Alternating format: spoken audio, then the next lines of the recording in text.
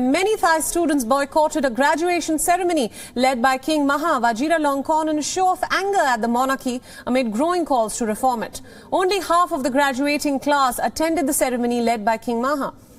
The ceremonies at which the king personally hands out degrees are a rite of passage for graduates and their families. Photographs of the moment are displayed with pride, in fact, in many Thai homes. Attendance at the ceremony was lower than in previous years, with some even boycotting students, saying that they hope to send an indirect message of dissatisfaction with the monarchy.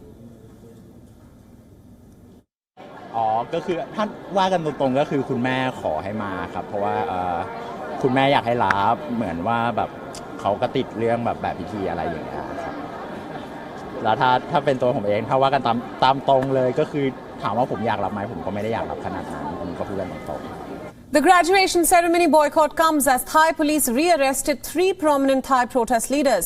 Among them was one of the country's most high-profile protest leaders who was apparently carried unconscious from a van. The 3 protesters, known popularly as Mike Ryong, Rung and Penguin, were all detained during a crackdown ordered on the 15th of October. Thai protesters are demanding reform within the monarchy and to curb its powers, as a matter of fact. Criticizing the monarchy has long been considered taboo in Thailand, and under the lèse majesté laws, a person can be jailed for up to 15 years for criticism of the king or his family. Protests initially called for a new constitution and the resignation of Prime Minister Prayut Chan-o-cha. But since then, the demands have evolved to include reducing the monarchy's power. For more insights into the protests in Thailand, we are now being joined live by Phil Robertson, a Deputy Director at the Asia Division of Human Rights Watch. Thanks, Phil, for joining us on this broadcast. Now, Thai students have made a huge statement by boycotting the royal graduation ceremony. So will the monarchy respond and take action against them? Well, it's going to be hard to take action against so many students. It's not just a few. We're talking about as many as half.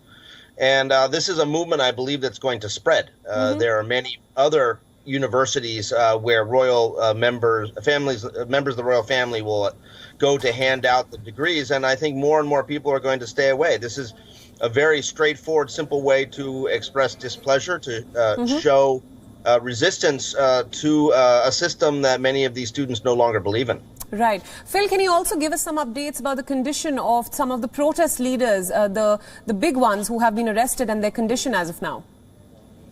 Well, we saw last night the rearrest of 3 protesters, as you mentioned.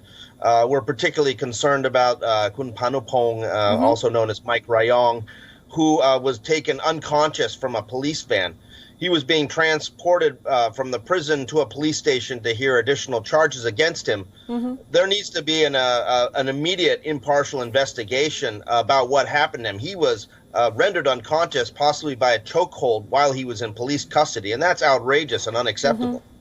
Right. Now, Phil, my final question. Tell us a little bit more about the future of these protests and the demands. Will the protesters get what they want, which is a resignation of the Prime Minister, as well as reform within the monarchy? Well, it's difficult to say. I would say that the first demand is probably more likely.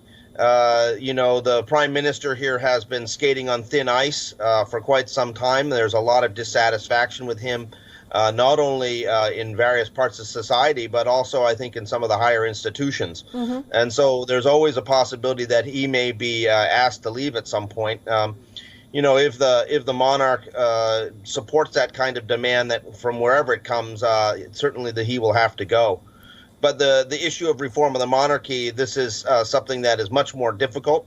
There's a lot more division within Thai society about that. And I think that, you know, we hope that there's going to continue to be peaceful discussions about this so that we avoid any sort of movement towards violence or repression.